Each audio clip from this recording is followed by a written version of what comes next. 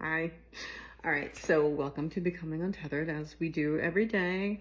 This video is a little bit later than I wanted to do it, but my brother's family came over and it's too much fun to spend time with my niece and my nephew. And you know, it's an important thing to be with family, so I did that. But I think this is a very important video to do. I wanted to discuss observing. We've been talking so far this week about yourself as the observer, and then yesterday we started talking about the psyche and how it's everything that you're observing about yourself. And one of the things that's kind of in that group of things that you're observing is your patterns. What you are doing is in reaction to different things, right? Noticing your thoughts and behaviors, but the key thing is not to judge them as good or bad. They are just thoughts. They are just feelings. Don't judge yourself for them. Don't judge them. Don't judge yourself. And that's important because,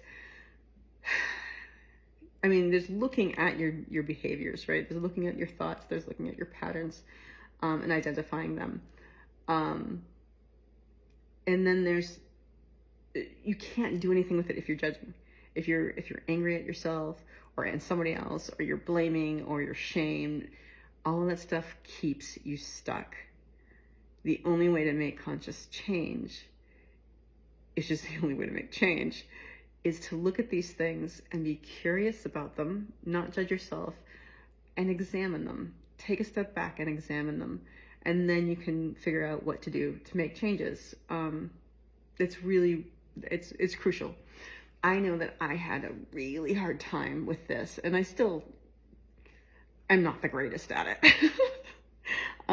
But there was a point at which I realized I was judging myself so much and I hated myself. And I didn't think I deserved to get out of the situation. I was like, well, I just didn't think I deserved anything better than what I was doing.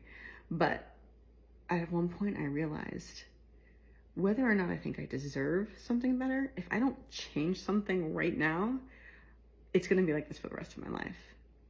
And that was, in my early 40s. Oh no. Yeah, that's another story. But, so when I started kind of realizing that, I'm like, this is going to change. And the thing that had to change first was forgiving myself. And that's not a one-time thing. That's a lifetime progression thing, I believe, or at least for me, it's been a journey, but it gets easier and better every day. Even if you don't see it, you can look back and anyway, that's a different story. So what I realized is that I needed to forgive myself, whether or not I thought I deserved it. Because otherwise I would just be continuing to it felt like there was two of me in my head, right? And one of me was on the floor prostrate, just weeping and apologizing. And the other part of me was standing above that part with their foot on my neck, grinding it into the ground so I couldn't move, and just screaming horrible things at me. That's what was going on in my head. I couldn't, the me that was sorry and wanted to do something about it could not get up, because the me that was angry and wanted to punish me wouldn't let it, or let me. Right? So that's what happens when you judge yourself, when you won't let yourself progress. It was only when it was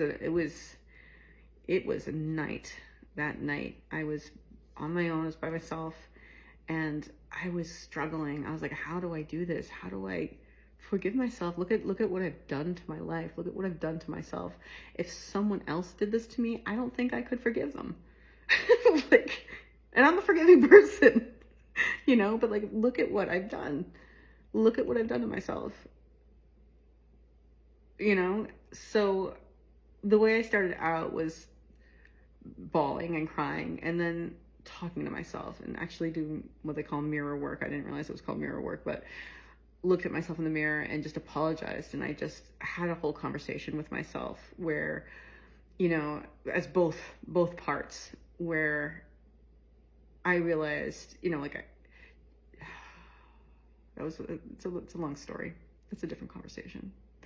But it was hard. And it is hard. I don't want to say that because it's not like a good affirmation. It's really easy, but people tell you, oh, you just put it down, it's really easy. You're like, but it's not. It's like, you might think that, but you're wrong. So I know it's hard. And I mean, especially if you were someone who, like me, has struggled with mood disorders. And, you know, a lot of this is emotions that don't really have a connection to anything that's really happening. It's just kind of stuff that anyway, it's important to not judge yourself for it. And it's also important not to judge yourself for judging it. You know, it's really common to judge. This is a good feeling. This is a bad thing. I did this well. I did this really poorly. You know, like I'm good, I'm bad, I'm bad, I'm bad. You know, all these things. So what my advice would be, if you're interested at all, is to, once you get into the habit of observing, to be curious about it. And my old therapist always used to say, be curious, not critical. And, you know, if you say that enough to yourself, it gets in your head. And it can be hard, but if you look at it like, that's interesting, I wonder why that's happening. You can see it as something that you can explore rather than something that you have to fix. The other thing I would say is, you know, when you stay present in the moment and you focus on what's going on, you can react to what's actually going on. And you can leave past and future judgments behind. So that's kind of what I wanted to go over today. It's been a long video. I'll try and do this again and see if I can shorten it. But if I can't, I just want you guys to remember that even if your video that you wanted to make like 2 minutes, it turns into 8 minutes, you can always choose to have a grateful day.